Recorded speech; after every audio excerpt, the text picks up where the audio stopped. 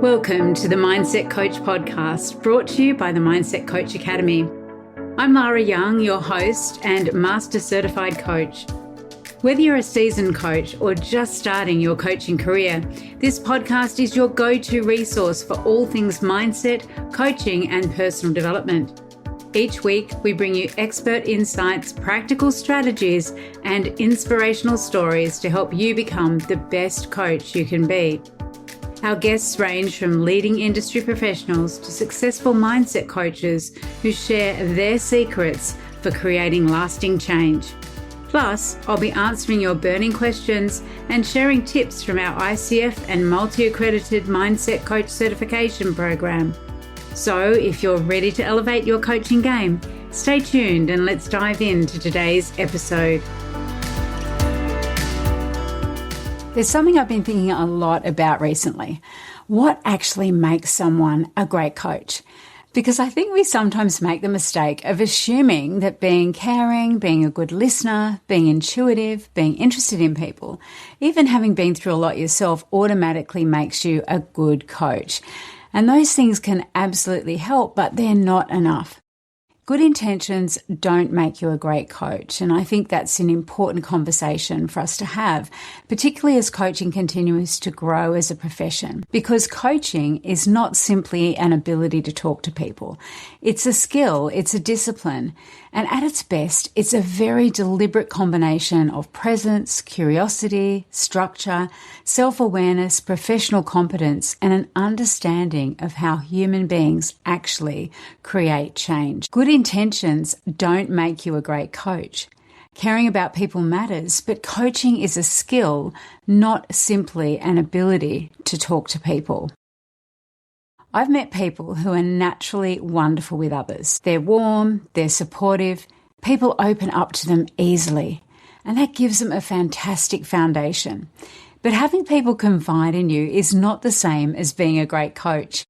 Equally, I've met coaches who've collected an enormous number of tools and qualifications, but when they're sitting opposite a client, they're so busy thinking about which technique to use that they're not actually listening.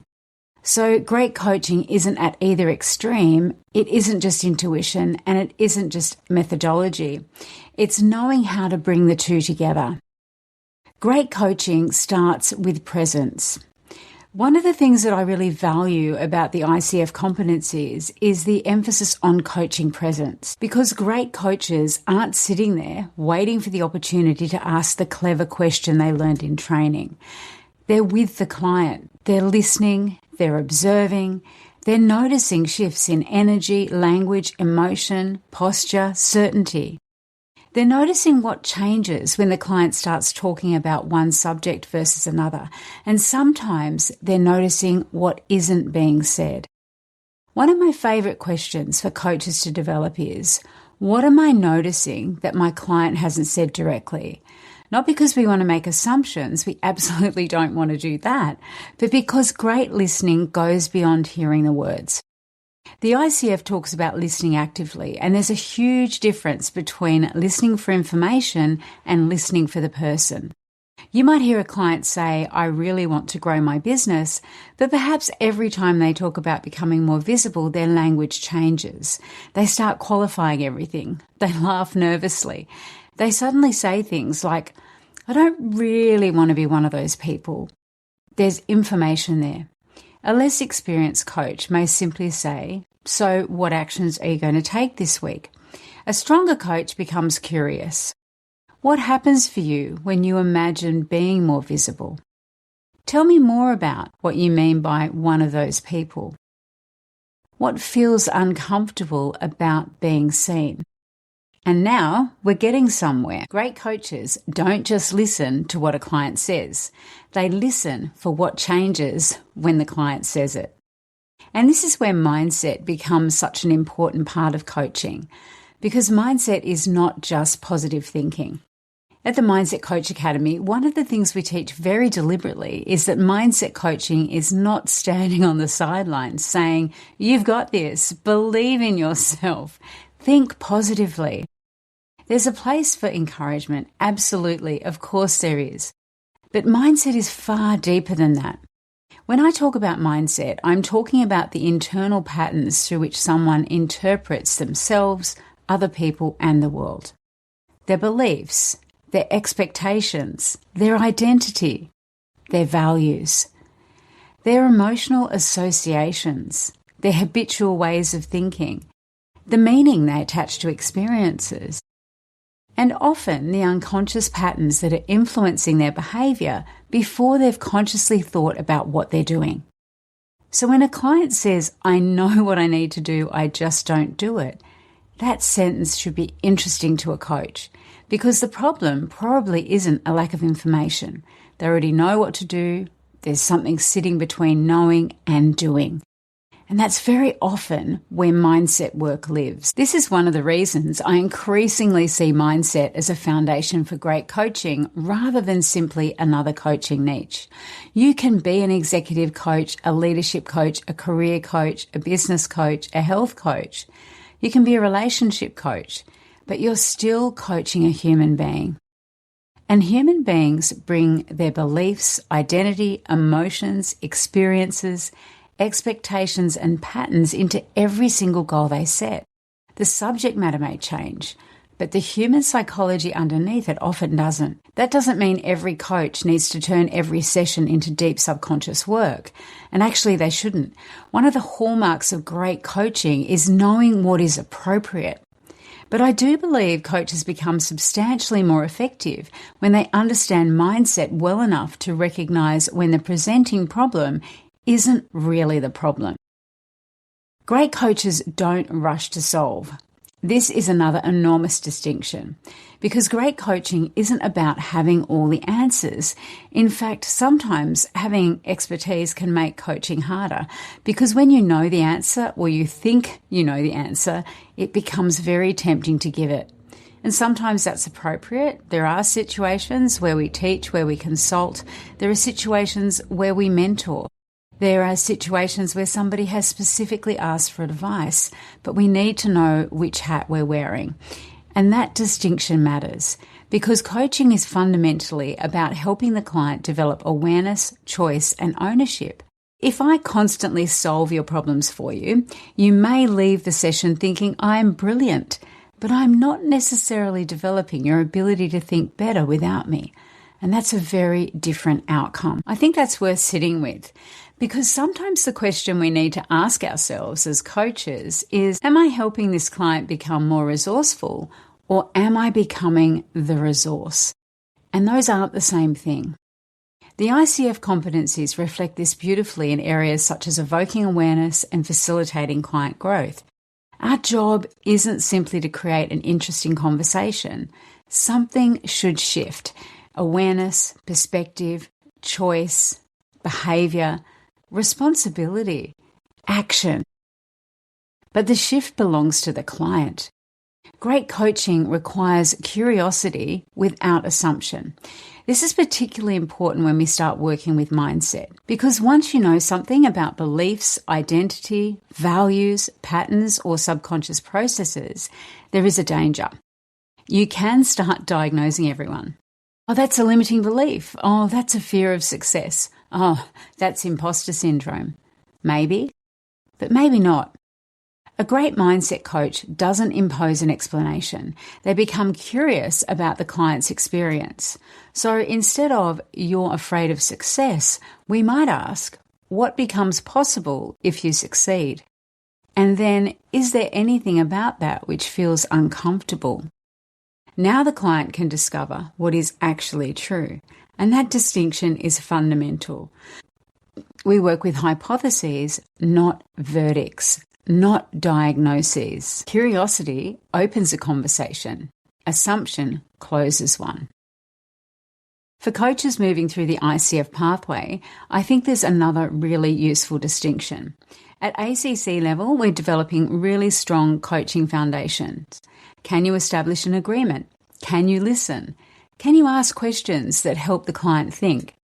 Can you stay present? Can you maintain appropriate boundaries? Can you support the client to identify learning and move towards action? Those fundamentals matter enormously. I would take a coach with excellent fundamentals over somebody with 50 impressive techniques and poor coaching presence any day. As coaches develop towards PCC level, however, the coaching generally becomes more nuanced. There's less reliance on formula, less I ask this question, then this question, then this question. There's often a greater responsiveness to the whole person. The coach is noticing connections, patterns, contradictions, language, emotion, all of the things that we notice as mindset coaches. We're paying attention to values, to identity, and to what is happening in the moment. They're able to bring those observations into the conversation without taking ownership of what they mean. And that's a much more sophisticated coaching skill. And I think this is where mindset understanding becomes incredibly powerful. Not because PCC coaching means analysing somebody, it doesn't, but because when you understand how beliefs and internal patterns operate, you have a much richer landscape from which to be curious. Now, framework should support you and not trap you. I love coaching frameworks. We teach frameworks. They give coaches confidence, structure, and repeatability. They're particularly valuable when you're learning. But eventually a framework should become something you can work with rather than something that you hide behind. Take the GROW model. It's a useful framework. We establish the goal, reality, explore options, and then decide the way forward. But human beings don't always arrive in tidy GROW order. Sometimes you ask about the goal and discover the client doesn't actually want the goal.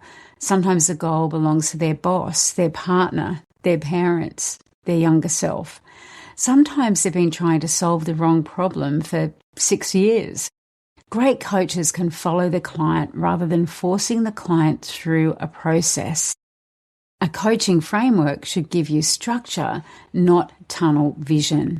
Great coaches can tolerate silence.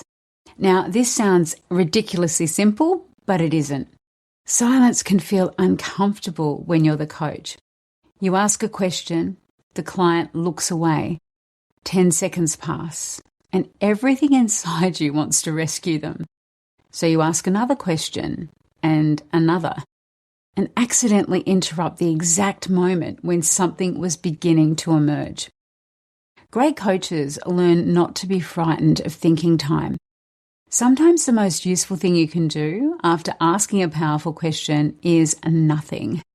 Let the client go somewhere. Let them search. Let them notice. Let them feel.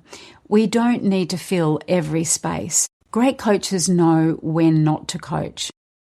This is perhaps one of the most important characteristics of professional coaching. Knowing your boundaries, knowing your scope, recognizing when what someone needs sits outside of your competence.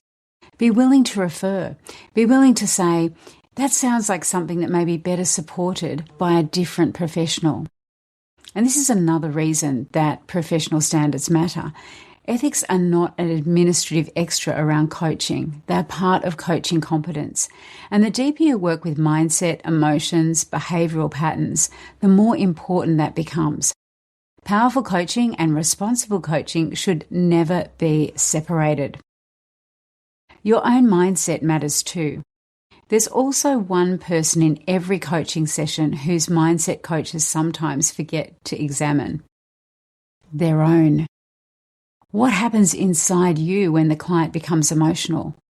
What happens when they disagree with you, resist, or push back? What happens when they don't take action? What happens when they aren't getting results quickly enough? Do you become uncomfortable? Do you start trying harder?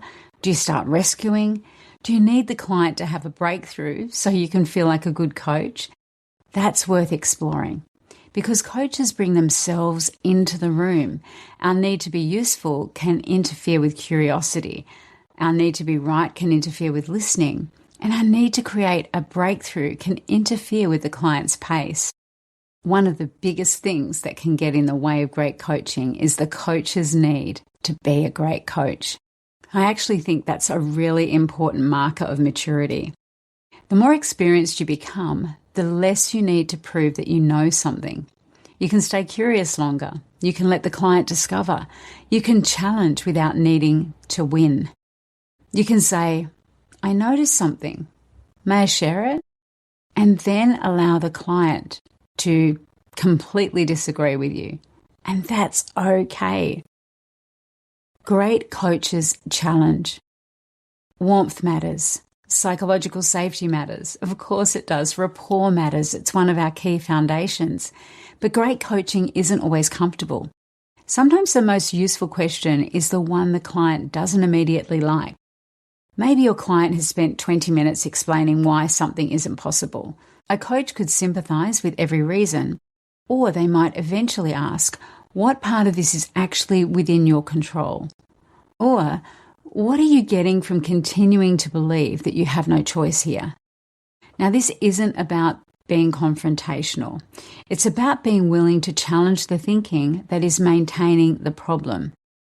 The ICF talks about evoking awareness, and sometimes awareness comes from exploration. Sometimes it comes from challenge, and great coaches become skilled at knowing which is needed.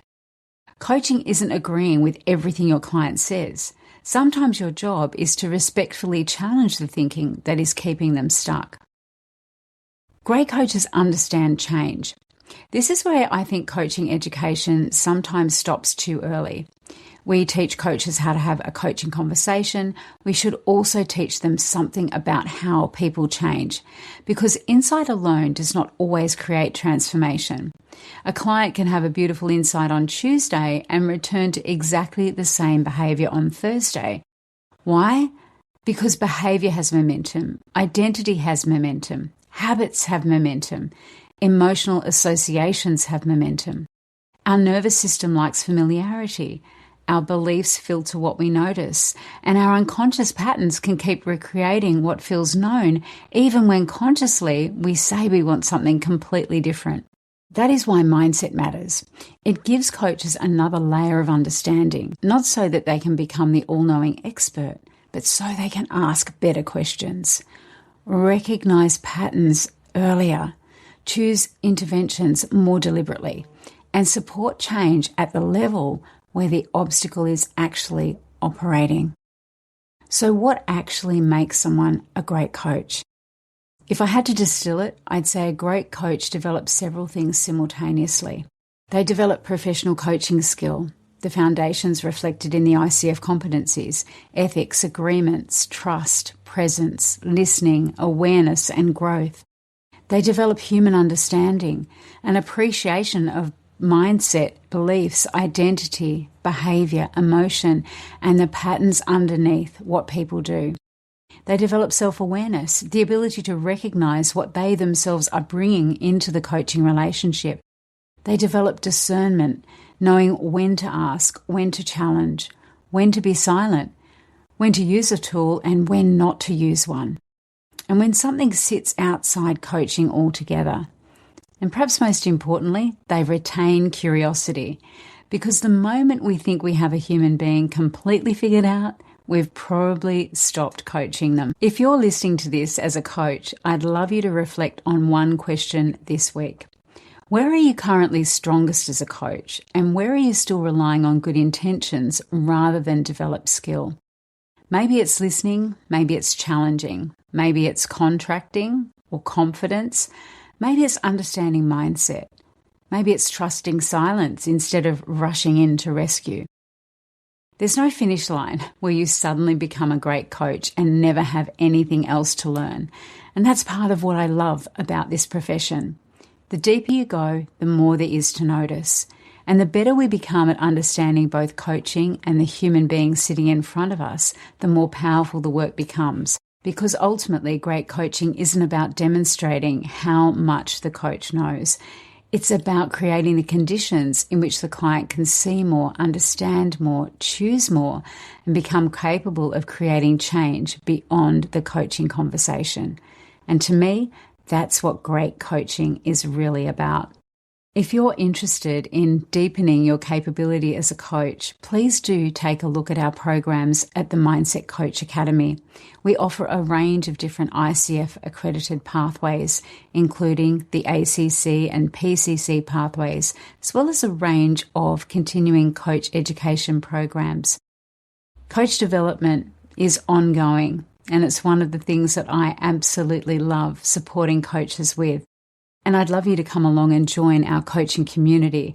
It's a place where we have coaches from all around the world who are dedicated to developing their skills, growing their businesses, making sure that they have the impact that they desire so that their clients really are getting the results that they come to them for. And it's also where we have regular coaching practice sessions. We have a range of tools and resources available for you. There are live workshops, pre-recorded workshops that you can participate in. And really it's a space where we come together to support each other and really elevate the coaching profession. I look forward to seeing you next week's call. Bye for now. That wraps up today's episode of the Mindset Coach podcast. I hope you found it as inspiring and informative as I did. If you enjoyed today's show, please subscribe, leave a review, and share it with your fellow coaches. Your support helps us reach more people and continue to bring top-notch content every week. Remember, you can always learn more about our ICF and multi-accredited Mindset Coach certification program, our coaching membership, and other training opportunities by visiting mindsetcoachacademy.com. Thank you for tuning in and keep striving to become the best coach you can be. Until next time, this is Lara Young signing off. Stay motivated and keep transforming lives.